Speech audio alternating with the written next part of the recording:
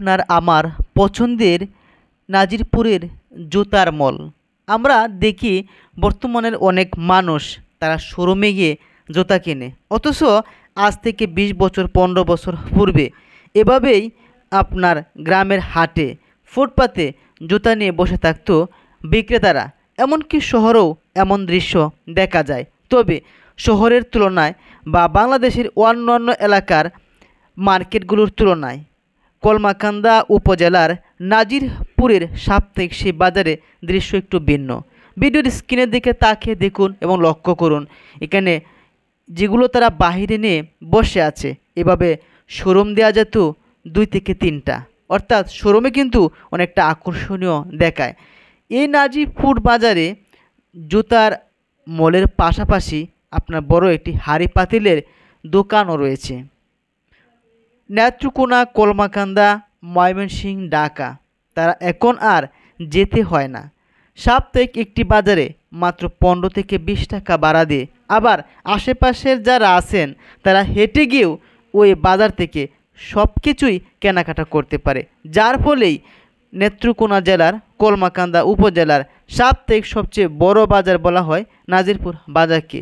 গ্রামের মানুষের একান্ত আস্থার, ভরসার, স্বল্পমূল্য বাজেটের সব কিছুই পাওয়া যায় এই বাজারে।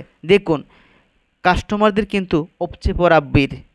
কেউ পায়ে দিয়ে জুতাগুলো চেক করতেছে সাইজ হয়েছে কিনা, আবার হাতে নিয়ে কেউ হাসতেছে, দেখতেছে কার জন্য কিনে নেবেন। বিশেষ করে পরিবারের জন্য, ছেলে মেয়েদের জন্য ঈদ আসলেই কেনাকাটাটা চাহিদা বেড়ে যায়। এমনকি মা এবং বাবা নিজের জন্য কেনাকাটা না করেও ছেলে মেয়েদের জন্য এক জোড়ো পায়ের জুতা, কানের একটা দুল, হাতের নেসপালিশ ইত্যাদি ইত্যাদি এভাবেই তারা কেনাকাটা করে থাকেন।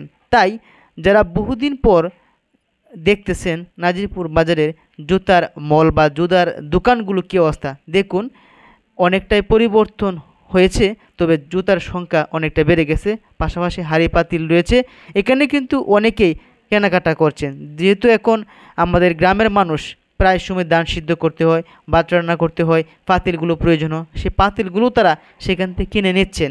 এই দেখুন, এই যে এই জুতাগুলো যদি দুর্গাপুর যেত বা নেত্রকোনা যাওয়া হতো, যাওয়ার সময় ভাড়া লাগতো আপনার ৮০-৯০ টাকা, আবার আসতে ভাড়া লাগতো ৮০-৯০ টাকা। আবার যদি মোটরসাইকেলে যাওয়া হতো ২০০ টাকা, ২৫০ টাকা, এভাবে প্রায় ৫ থেকে ৭০০ টাকা লেগে যেত। অথচ নাজিরপুর বাজারে এক জোড়া জুতা মাত্র ৫০ টাকা, ৬০ টাকা, ৭০ টাকা, ৮০ টাকা দিয়ে কিনতে পারতেছেন। তাই এই বাজারে সবচেয়ে বেশি ভিড় করে কাস্টমাররা। এই ছিল নাজিরপুর বাজারের জুতার মলের দৃশ্য। ভিডিওটি কার কাছে ভালো লেগেছে বা আপনি কি কখনো এই বাজার থেকে ছোটোবেলায় বাবার সঙ্গে গিয়ে, ভাইয়ের সঙ্গে গিয়ে কেনাকাটা করেছেন বা জুতার ব্যবসা করেছেন, বা নাজিরপুর বাজারে এই মলটি আপনার কী স্মৃতি স্মরণ করিয়ে দেয়, এবং আজকের এই ২৫ সালের দৃশ্য এবং এর পূর্বের জুতার মলের দৃশ্য আপনার কাছে কেমন অনুভূতি আসে অবশ্যই মন্তব্য করে জানাবেন।